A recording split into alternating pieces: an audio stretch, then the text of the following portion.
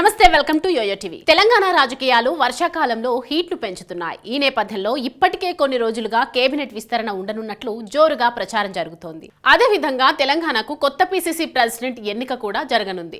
దీనిలో భాగంగానే CM Revanth, deputy CM Mallu Bhatti విక్రమార్కలు మొదలైన నేతలంతా కొన్ని రోజులుగా హస్తినలో మకాం పెట్టారు. దీనిలో భాగంగా మంత్రివర్గ కూర్పు ఈ నెల 4నే ఉంటుందని కూడా జోరుగా వార్తలు వినిపిస్తున్నాయి. ఇదిలా ఉండగా తెలంగాణ ముఖ్యమంత్రి రేవంత్ రెడ్డి ఢిల్లీకి వెళ్లారు. ఇప్పటికే ఢిల్లీలో మంత్రివర్గ విస్తరణపై కూడా జోరుగా ప్రచారం జరుగుతోంది.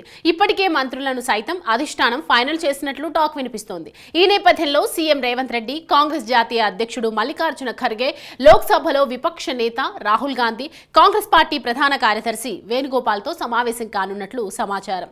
తెలంగాణలో ఒకవైపు పీసీసీ చీఫ్ పదవి కోసం రాయబారాలు నడిపినట్లు తెలుస్తోంది.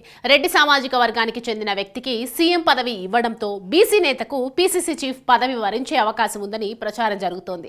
పీసీసీ చీఫ్ రేసులో మధు యాష్కి గౌడ్, మహేష్ కుమార్ గౌడ్, జగ్గారెడ్డిల పేర్లు కూడా ప్రముఖంగా వినిపిస్తున్నాయి. మంత్రివర్గ విస్తరణపై హైకమాండ్ పెద్దలతో సీఎం రేవంత్ రెడ్డి ఇప్పటికే పలుమార్లు చర్చించినట్లు తెలుస్తోంది. ఈ నేపథ్యంలో ఇటీవల పార్టీలో చేరిన పోచారం శ్రీనివాసరెడ్డి, నల్గొండ జిల్లాకు చెందిన కోమటిరెడ్డి రాజగోపాల్ రెడ్డి, హైదరాబాద్ నుంచి దానం నాగేందర్ పేర్లు, జగిత్యాల ఎమ్మెల్సీ జీవన్ రెడ్డి పేర్లు ప్రముఖంగా వినిపిస్తున్నాయి. మరోవైపు పోచారంకు కూడా మంత్రి పదవి ఇవ్వొచ్చని అంటున్నారు. ఒక సీతక్కకు హోంమంత్రి పదవి ఇస్తారని కూడా గత కొద్ది రోజుల నుంచి నడుస్తోంది. ప్రస్తుతం రేసులో ఉన్న వాళ్లలో ఎంతమందికి మంత్రి పదవులు దక్కుతాయి? మంత్రివర్గ విస్తరణ అనంతరం పార్టీలో ఎలాంటి పరిణామాలు చోటు చేసుకున్నాయనేది తెలియాలంటే మరికొన్ని గంటలు వెయిట్ చేయాల్సిందే.